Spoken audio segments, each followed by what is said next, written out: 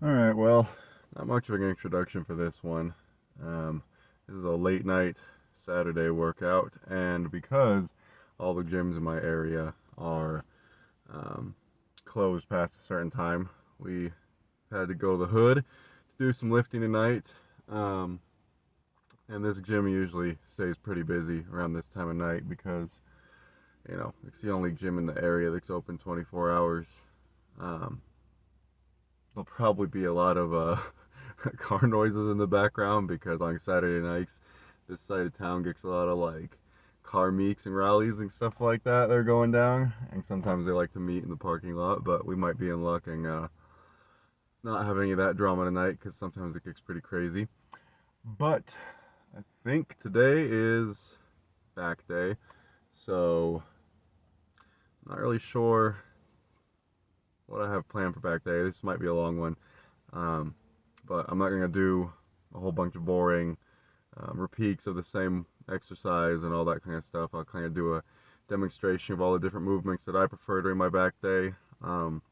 Honestly, today might be kind of a higher volume one because I usually incorporate biceps into my back day, even though I know it's like a common split to do back and buys. Some people don't like it, some people do. I pretty much superset like everything. Um, so I usually hit at least five different exercises for buys on back day with 3 sets apiece. So 15 sets total. We'll see what we get this time, and then I usually do, I don't know, four kind of more focused on lat isolation, and then another four focused on uh, rear delts. I might even do some like stiff leg dumbbell um, leg lifting stuff like that. We'll see. I'm kind of fried tonight, but I'm not really feeling like missing a workout today. I already missed yesterday. 2 days in a row just is too much. So anyway, let's get in there.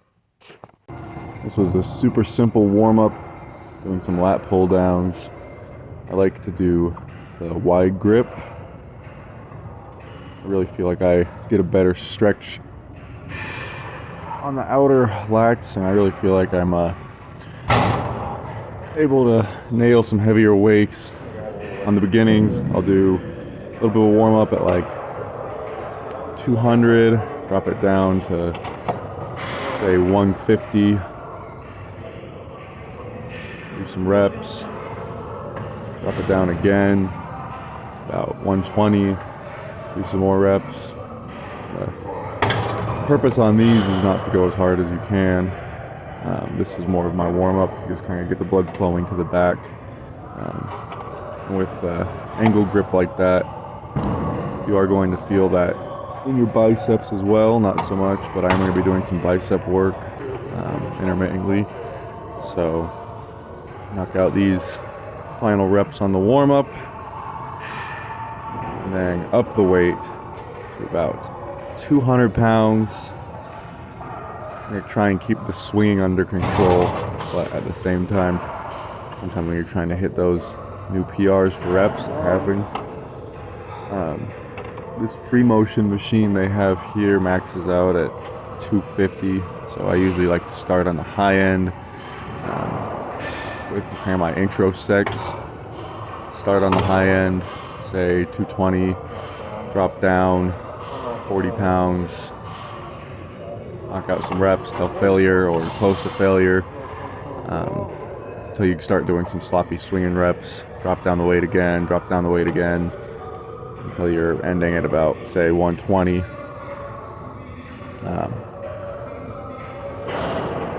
I would say starting out with this free motion machine and then usually sitting, giving myself a break for a while, and transitioning into some stiff arm lat press downs really kind of is the best way to kick off my back day. I'll usually start with that free motion machine.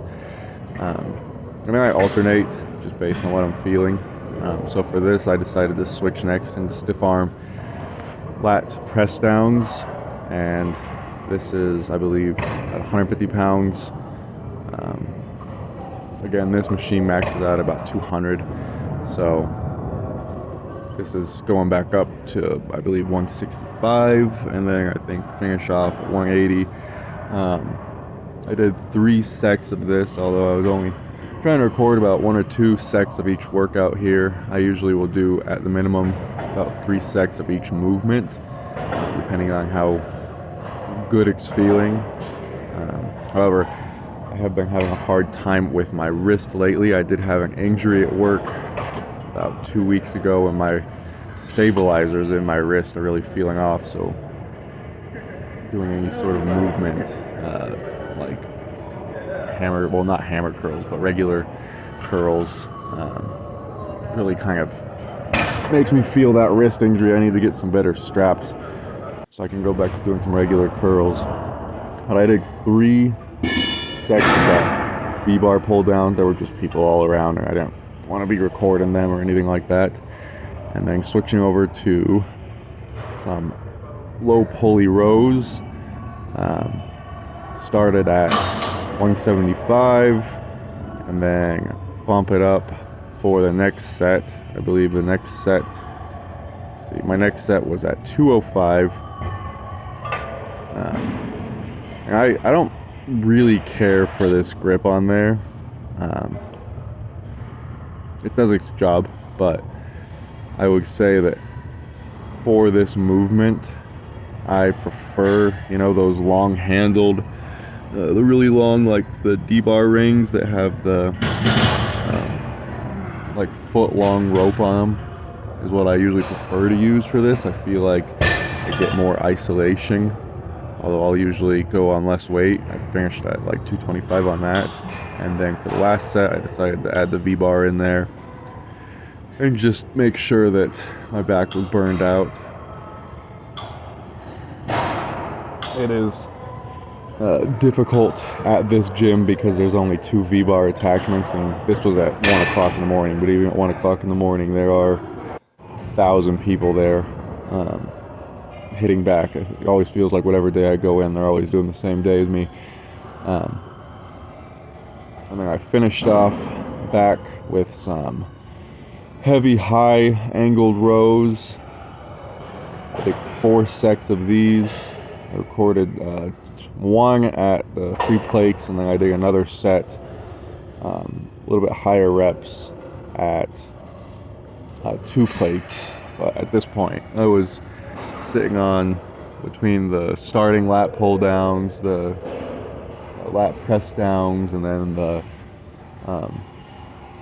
series of rows, and then the V-bar pull downs. I was sitting at about 20 reps on back, and I am still on the intermittent fast, so it's feeling a bit drained.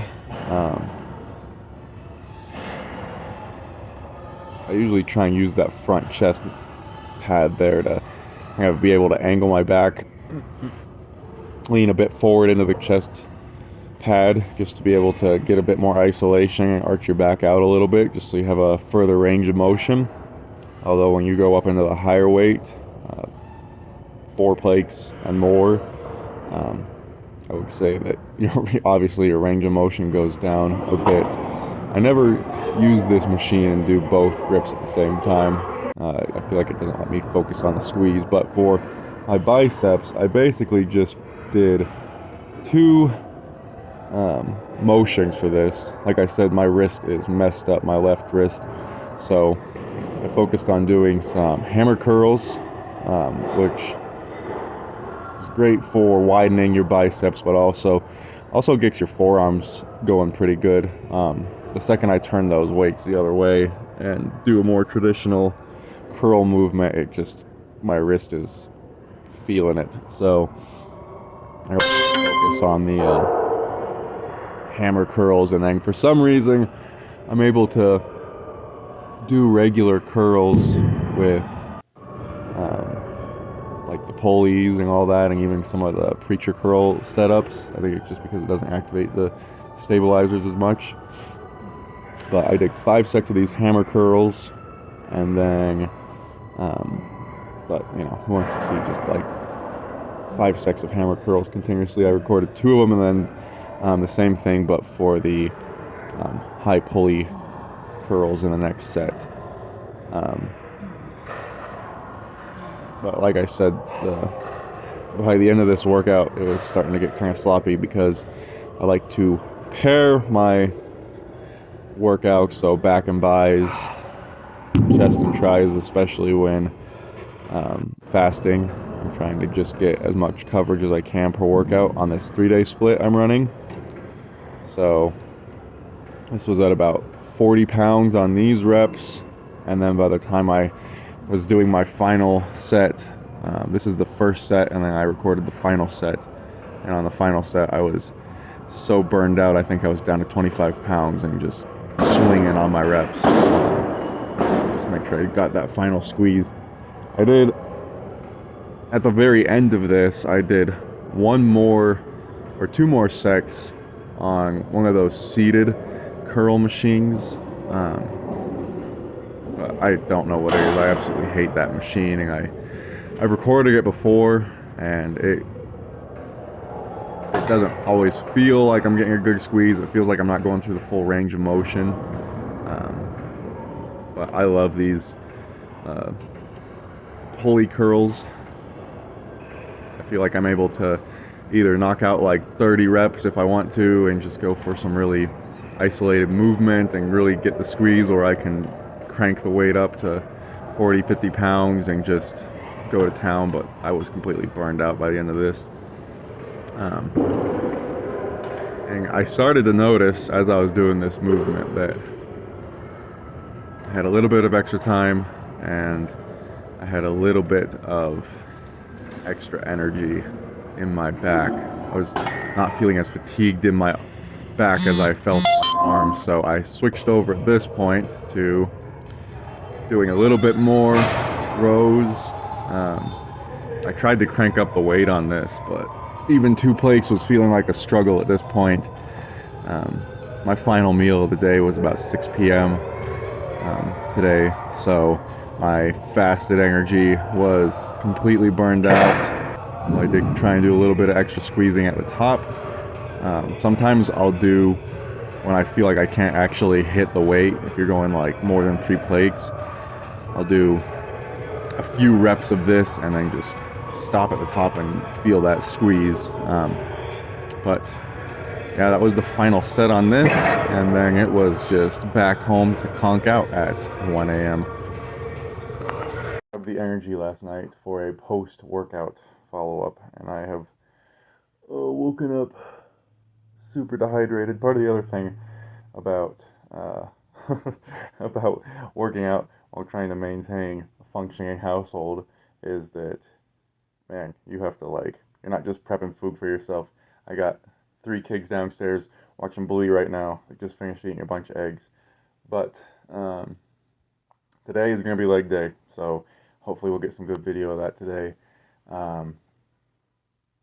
This fast kind of makes it hard for me to time it, because especially one of the reasons why I've missed all the leg day routines is that when I am fasting, I am trying to get my workouts in within my eating window. So if I eat between 2 and 6, then I'm going to the gym during peak hours to do my legs. But I think I'm gonna, I don't know, my fast is coming to an end soon, so hopefully we're gonna go back to normal eating. I did my weigh-in last night at the beginning of my workout before I got started, and sitting at 198, so sub 200 for the first time in a while, which feels weird. I'm not sure how long I want to stay here. I'm 5'10", and I've been plus 200 for, I don't know, years now. So getting down to sub 200 is a little strange, but we're gonna go back up. And somebody asked in one of the other videos what this was in the background here, but this is my shelf here that I keep next to the bed. So I have all of my nerd stuff, the Millennium Falcon crew here. I got some Magic cards. I'm not really into Magic, but sometimes you just have to buy cards for certain things. I got some Pokemon cards. Big into off-roading vehicles, so here's my... And then my wife got me this tiny little Lego set that was, well, off-brand Lego, but it was the most frustrating thing ever. And then here's my Mandalorians. Got the Chief there. And yes, to answer the question, that was in the background of the video, I don't know, 2 weeks ago. But the stuff on this shelf rotates, so I think by next month I'm probably going to have hopefully a couple more completed Lego sets up there if I have the time. So thank you guys, and make sure you're getting your workouts in.